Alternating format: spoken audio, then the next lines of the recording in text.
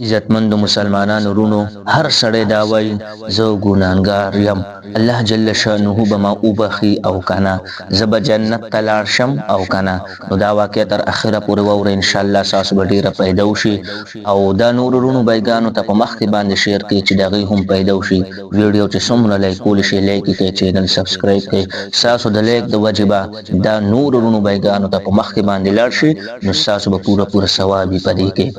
نو راځو واقع طرف ته دا تر اخره پورې ووري نو یو زنانه و دا حسن بصری رحمت الله علیه تعالی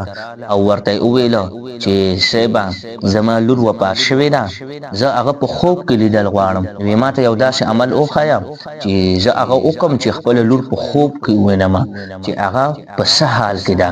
نو حسن بصری رحمت الله علیه ورته ویل چې درود شریف وایا تر دې پورې چې ته پکې ودشه نو دې داسې وکړو درود شریف ویل تر دې پورې چې اوده شو نو خپل لوري په خوب کې ولیدله چې ډیر سخت غضب وته ورکړی کیږي عزتمند ورونو کله چې دا را پاسې ده ډیره پریشان و ډیره خپه و حسن بصری رحمت الله علیه تعالی او ورته ویل وی زما په لور باندې داسې قسم غضب ده زما لور په غضب کې مبتلا ده حسن بصری رحمت الله علیه ورته ویل په حال ته صدقه ورکا دې صدقه ورکړه نو حسن بصری رحمت الله علیه په دې شپه باندې په خپل خوب ویني یو جنۍ ولیدله جنۍ ورته ویل چې تاسو او په جنلما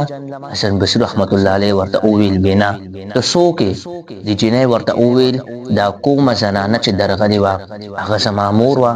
نو حسن بصری رحمت الله علیه ورته ویل چې هغه خو داسې قسم خوب بیان او ساسو چې هغه په غضب کې مبتلا ده نو دې ورته ویل چې او دې هغه چې څنګه خوب تاسو د بیان کړو مونږ په عذاب قبر کې مبتلا او یا زر کسانو نو حسن بصری رحمت الله علیه ورته ویل چې دا عذاب د نلری څنګه شو ته اوس خوشاله دی ورته ویل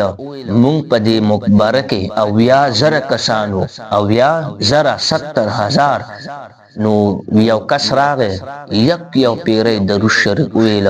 هغه یو درود شریف مونږ ته را وبخو نو الله جل شانه زمونږ او یا زر کسانو نه عذاب قبر لړ کو یو درود شریف سره زموږ عزتمن ورونو استاد وګوره چې څومره غټ طاقت ده په درود شریف کې نو بیا چې یو کس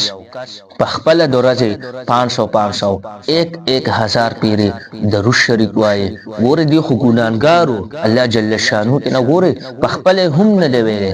یو کس راغی درود شریف ویل الله جل شانه ترنا عذاب قبر لره کو نو استاد وایي چې مونږ او تاسو په خپل 1500 پیری زر پیری درود شریف وایو نه آیا الله جل شانه مونږ ته عذاب راکې نو زما عزت من نورونو درود شریف ډیر وایي دا لړ درود شریف وایي صلی الله علیه و آله وسلم صلی الله علیه و آله وسلم دا لړ درود شریف دی